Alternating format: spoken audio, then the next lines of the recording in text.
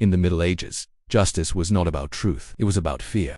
Courts did not exist to protect the innocent, but to terrify the living. Guilt was assumed long before any accusation was spoken, and innocence meant nothing once suspicion took hold. Law was loud, public, and cruel. Trials were performances staged for crowds hungry for blood and reassurance. People did not attend to see fairness, they came to watch pain. Justice was a spectacle, and suffering was proof that order still existed in a collapsing world. Accusation alone could destroy a life. A neighbor's word, a rumor whispered in a tavern, a strange behavior, a failed harvest blamed on the wrong person. Evidence was irrelevant. Once named, the accused was already condemned in the minds of all who watched. Interrogation began where mercy ended. Torture was not a last resort, but a tool of confirmation. Pain was believed to reveal truth. If a person screamed, it proved guilt. If they endured, it proved divine stubbornness. Silence was impossible. Every reaction condemned the body further. The devices were simple and devastating. Ropes crushed limbs, racks stretched joints until bones slipped from place. Iron collars tightened with spikes, pressing into flesh. Fire burned slowly, not to kill, but to break the will. Confession was inevitable, because pain had no escape. Confessions were meaningless, yet sacred. Once spoken even through screams and madness, they sealed fate. A person could confess to crimes they did not understand, sins they had never committed, acts that defied reason. Truth did not matter. Order demanded closure. Punishments were designed to be seen. Executions were held in central squares, beneath open skies. The crowd gathered early. Children watched. Vendors sold food. Death was entertainment, and justice required witnesses to be complete. Hanging was common, but rarely swift. Bodies struggled while the crowd waited. Beheadings were cleaner, reserved for nobility. Burning was reserved for heretics, witches, and those accused of crimes against God. Fire erased not just the body but the memory of humanity. Justice extended beyond death. Corpses were displayed, heads mounted on spikes, bodies left to rot as warnings. Even after life ended, punishment continued. The message was clear: authority reached beyond the grave. Women suffered uniquely under medieval justice.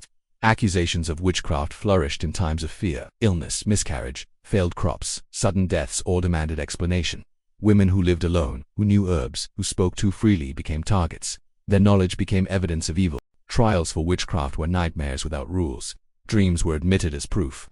Spectral visions mattered more than facts. Torture forced confessions of impossible acts, flying, consorting with demons, poisoning entire villages. The absurd became law because fear demanded answers. Children were not spared. Young bodies were whipped, branded, imprisoned. Some were executed for theft, heresy, or merely surviving alone. Mercy was weakness. The law did not see age, only transgression. Prisons were places of slow death. Dark, damp, overcrowded prisoners starved, froze, suffocated. Many never reached trial. Their crime was poverty, debt, or displeasing the wrong authority. Justice did not hurry. Time itself was punishment. Religion fueled the terror. God was invoked at every stage. Pain was purification. Death was divine will. Questioning justice meant questioning God. Obedience was survival. Fear became faith. The crowd played its role. Watching suffering reaffirmed belonging. To cheer was to be safe. To doubt was dangerous. Justice thrived on participation. Silence could be interpreted as sympathy, and sympathy as guilt. No one was safe. Laws shifted with rulers. What was legal one year could be heresy the next. Loyalty did not guarantee protection. Even judges could fall victim to the same system they upheld. Justice did not correct society, it preserved control. It taught obedience through terror. It reminded everyone that life was fragile, reputation meaningless, and authority absolute. In this world, survival meant invisibility. Speak less, know less, trust no one. Justice was not blind. It watched everything, waiting for weakness. For many, execution was not the worst outcome. The waiting was days, weeks, months in chains, not knowing when pain would arrive. Time stretched endlessly. Hope dissolved slowly. Justice in the Middle Ages was not about law. It was about power, fear, and spectacle. It did not protect the innocent. It consumed them.